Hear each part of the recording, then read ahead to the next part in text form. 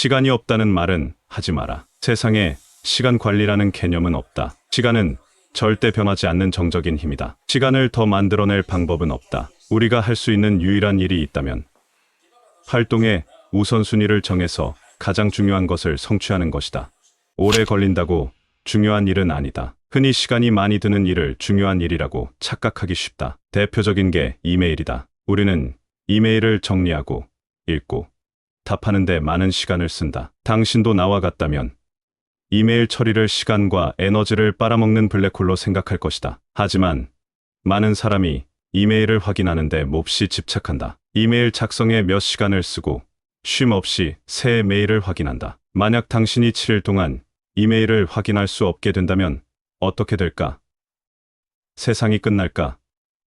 천만의 말씀, 문자 메시지도 마찬가지다. 당신이 일주일 동안 출장이나 휴가를 떠나는 바람에 바로 답하지 못한다면 그랬다고 모든 게 멈출까? 그동안 일생일대의 중요한 연락을 놓치게 될 가능성이 얼마나 될까? 그럴 가능성은 크지 않다. 매일 쏟아지는 메시지 중에서 정말로 중요하거나 긴급한 연락은 극히 드물다. 그런데도 우리는 즉각적 의사소통이라는 관념에 지독하게 얽매여 산다. 우리는 실시간 정보 교환에 목숨 걸지만 사실 정보의 99%는 시급하지 않다. 기술 발전이 여러 면에서 살기 편한 세상을 만들었다. 하지만 누구나 언제나 어떤 일로나 연락할 수 있게 되면서 중요하지 않은 일에 수다를 떨면서 엄청난 시간을 허비하게 됐다. 대다수 사업가가 사업이 커지면 가장 먼저 고용하는 직원이 전화 연락, 이메일, 서신을 처리해줄 사무보조원인 데는 다 이유가 있다. 업무상 소통과 연락은 시간을 엄청나게 잡아먹고 무시할 수도 없는 일이다. 그러나 이 일은 훨씬 더 생산적인 활동을 포기해야 할 만큼 중요하지는 않다. 어떤 기술이 당신의 목표 달성에 유용하다면 적극 활용하라. 하지만 첨단 기기와 기술은 그저 시간 낭비 요소에 불과할 수도 있다. 당신이 어떤 기술을 배우느냐는 중요하지 않다. 중요한 것은 무엇에 이용하느냐다. 당신의 진전을 방해한다면 어떤 것이든 당신의 길에 들여놓을 필요 없다. 노력을 어디에 쏟을지 알아야 한다. 경영을 공부했거나 그 분야의 책을 읽어본 사람이면 누구나 파레토 법칙을 들어봤을 것이다. 성과의 대부분이 일부의 노력으로 발생한다는 법칙으로 미국의 경영 이론가 조지프 주란이 품질 관리에 이 법칙을 적용하면서 널리 알려지게 되었다. 이 개념은 매일의 활동을 평가할 때도 매우 유용하다. 삶의 우선순위를 정하려는 사람들에게 내가 제안하는 것 중 하나가 80대 20 법칙을 이용한 방법이다. 먼저 하루 동안 수행하는 일을 빠짐없이 기록하고 그 중에서 성과의 대부분을 만들어내는 20%의 활동을 가려보자. 이렇게 핵심 업무를 가려낸 다음 나머지 활동을 쭉 훑어보자. 이는 당신이 줄이거나 없애야 하는 일의 목록이다. 보통은 10%의 활동이 자신의 시간을 막대하게 낭비하고 있음을 발견하게 된다. 이 활동들은 완전히 제거되어야 한다. 남은 업무들은 통합해서 특정 시간대로 줄이거나 외부에 위탁한다. 에너지 쏟을 곳을 고도로 신중히 선별하고 일을 너무 많이 버리지 않는 것이 최선이다. 목표에 빨리 도달하게 해주고 성공을 지체하지 않게 해주는 일들에 집중해야 한다. 시간 부족을 느낄 때야말로 책임감을 느끼고 우선순위의 결여를 받아들일 때다. 매일의 활동들에 효과적으로 우선순위를 매기는 것은 당신이 자기 시간을 소중히 여긴다는 것을 의미한다. 이는 기본적으로 자존심 문제다. 자기 인생을 가치 있고 의미 있게 보는 사람은 당연히 자기 시간을 귀하게 여긴다. 헛되이 세월을 보내는 사람은 자기 활동들을 딱히 최적화할 이유를 느끼지 못하는 사람일 것이다. 의미 있는 목적이나 방향이 없는 사람은 변화에 대한 의지도 없을 가능성이 크다. 물론 이런 사람도 때로 삶의 의욕을 느끼긴 하겠지만 그 동기부여는 오래가지 못한다. 일단 삶의 목적을 찾아야 거기에 맞는 활동을 규정할 수 있다. 하지만 명심하자. 우선순위 설정이 제 역할을 하려면 할 일을 결단하고 그 일을 실행해야 한다. 제대로 결정해야 제대로 갈 수 있다. 중요한 선택의 갈림길에 섰을 때 사람들은 을의 일종의 정신적 마비를 겪는다. 미지에 대한 두려움 때문에 결정을 차일피일 미룬다. 모든 결정은 현상 유지와 변화 사이의 선택을 수반한다. 그러나 어떤 변화가 자신에게 유리할지 보장할 수 없을 때 사람들은 대개 몸을 사리고 움직이지 않는 쪽을 택한다. 부의 원리를 익히기 위해서는 먼저 부유한 마음을 개발해서 낡은 믿음이 제잘거리는 하면 어쩌지?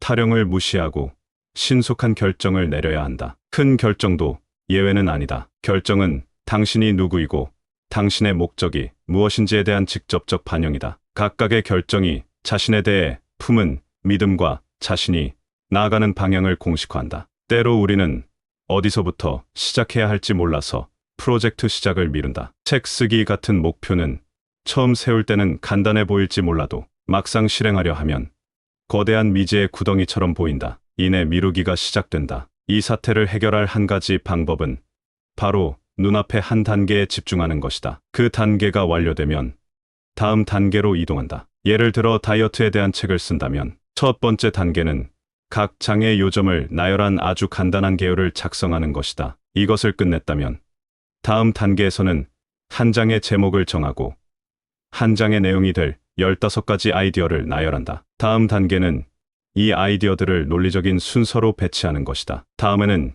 15개 항목 각각에 대해 5분씩 쓴다. 프로젝트 전체가 아니라 매 단계에 집중하면 각각의 부분이 논리적인 방식으로 합쳐지고 책 쓰기라는 아이디어에 따라붙던 막막한 기분이 사라진다. 참고로 말하자면 지금 이 책도 딱 이런 방법으로 썼다. 대형 프로젝트에 착수할 때는 이렇게 처음부터 끝까지 세부 단계로 나누어 실행에 옮긴다. 이 활동 목록은 길이가 몇 페이지가 될 수 있고 작성하는데 얼마간의 노력이 든다. 하지만 일단 목록이 완성되면 프로젝트 시행이 훨씬 순조로워진다. 또한 프로젝트가 언제 완료될지에 대한 정확한 예측이 가능해진다. 결승선을 볼 수 있다는 것이 일의 진행에 얼마나 유리할지 생각해보라. 프로젝트가 끝나도 활동 목록은 남는다. 그래서 유사한 궤적을 가진 다른 프로젝트에 매우 유용하게 재활용할 수 있다. 다이어트 프로그램을 보완할 운동 동영상을 만든다고 가정해보자. 동영상을 딱 하나가 아니라 시리즈로 여러 편 만들 수도 있지 않을까? 이 경우 매번 같은 프로세스를 밟아서 각각의 동영상을 완성한다. 목록을 처음 만들 때 공을 들이면 장기적으로 더 많은 시간을 절약하게 된다. 일단 한번 만들어 놓으면 시리즈의 다음 동영상 제작은 매우 순조롭게 흘러갈 것이고 중요한 단계를 놓칠 우려 없이 프로젝트 완수에 집중할 수 있다. 그렇다면 큰 과제를 작은 단계들로 나누는 게 좋을 때는 언제일까? 이 결정은 과제의 복잡성에 기반한다. 과제가 명확하고 지연을 초래할 만큼 부담스럽지 않은 경우는 해당 과제를 그냥 할 일 목록에 올리고 더 세분화하지 않아도 된다. 반면 처음 해보거나 익숙지 않거나 복잡한 과제라면 세분화해서 어디서부터 시작할지 명확하게 정하는 것이 최선이다. 그래야 다음에 무엇을 할지 궁리하느라 맥이 끊어지는 일 없이 이 활동에서 저 활동으로 물 흐르듯 진행할 수 있다. 밥 프록터의 부의 원리를 통해 시간을 효율적으로 쓰기 위해서는 우선순위 설정과 실행에 있다는 것을 확인할 수 있다. 무엇보다 시간은 재생 불가능한 자원이다. 시작이 반 이상이다. 전체 과정의 첫 단계는 자신의 의도를 시각화하는 것이다. 의도가 어떻게 발현할지는 아직 알 수 없다. 하지만 일단 명확한 목적을 가졌다면 반드시 행동해야 한다. 처음 몇 단계가 떠오르면 이제는 직접 그 발현 과정에 뛰어들고 자신의 진심을 스스로 증명할 차례다. 그러지 않으면 그 행동 단계들은 당신이 자리에서 일어나 일에 착수할 때까지 당신을 계속 노려볼 것이다. 프로젝트의 과제 목록을 만들 때 계획과 실행을 분리하자. 그래야 더 순조롭게 실행할 수 있고 더 쉽게 생산적인 흐름을 탈 수 있다. 당신은 이제 계획을 따라가면 결과가 생긴다는 것을 안다. 설사 완벽하지 않아도 완수하게 된다. 다만 단계별 접근법이 무한정 계획만 하고 실행은 하지 않는 핑계가 되어서는 안 된다. 우선순위 설정과 평가의 존재 이유는 오로지 실행에 있다. 반드시 행동에 나서자.